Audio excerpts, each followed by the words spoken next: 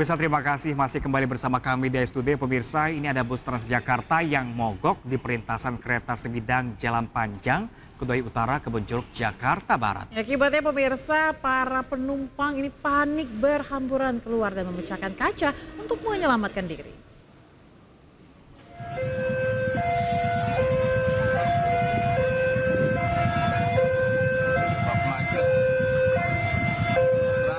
Beginilah kepanikan penumpang bus Transjakarta.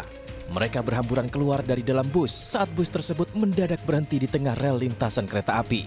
Beberapa di antaranya bahkan jatuh terjungkal saat mencoba turun dari bus. Kaca bus sempat dipecahkan penumpang yang mencoba keluar. Peristiwa ini terjadi saat bus melaju dari arah Jalan Panjang menuju Jalan Daan Mogot, mogok di tengah perlintasan kereta sebidang. Di saat bersamaan, sirine palang pintu telah berbunyi sehingga membuat warga panik. Busway yang lewat di jalan rel kereta daerah Pesing kan, terus dia mogok di tengah-tengah jalan, di tengah-tengah rel lah maksudnya, karena kereta mau nyampe, orang kan pada panik semua, akhirnya kan pada loncat, yang nggak sabar akhirnya mukul kaca busway itu maksudnya gitu. Dan terus tapi nggak ada korban sih kayaknya, cuma karena panik semua lah di situ lah karena. Beruntung bus Transjakarta bertenaga listrik yang mogok ini bisa keluar dari jalur lintasan kereta api.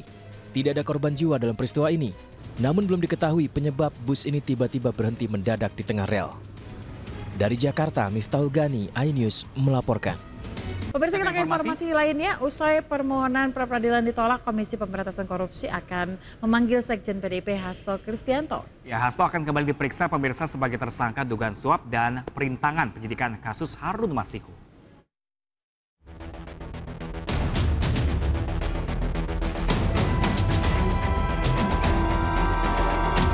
Penyidik Komisi Pemberantasan Korupsi bakal memeriksa kembali Sekjen PDI Perjuangan Hasto Kristianto dalam kasus dugaan suap pergantian antar waktu anggota DPR Harun Masiku dan perintangan penyidikan. Pemeriksaan dijadwalkan usai Pengadilan Negeri Jakarta Selatan menolak pra-peradilan Hasto dan menyatakan status tersangka Hasto sah. Sebagaimana rekan-rekan ketahui, saksi-saksi yang dipanggil kan rekan-rekan memantau ya siapa saja, terutama terakhir pada saat saudara Hatta ini dipanggil kalau nggak salah 2 minggu yang lalu ya, terakhir itu. Dan info yang kami dapatkan dari penyidik dalam waktu dekat ini akan dilakukan pemanggilan lagi kepada yang bersangkutan. Kapannya saya belum bisa buka. Itu di pekan depan atau kemungkinan besar sebelum puasa? Pekan depan. Namun tim hukum Hasto Magdir Ismail mengaku belum mendapat informasi terkait rencana pemeriksaan Hasto, sehingga belum dapat memastikan mengenai kehadiran Hasto dalam panggilan pemeriksaan KPK. Sebelumnya dalam sidang putusan, Pengadilan Negeri Jakarta Selatan menyatakan permohonan pra-peradilan Hasto tidak dapat diterima. Tim Liputan iNews melaporkan.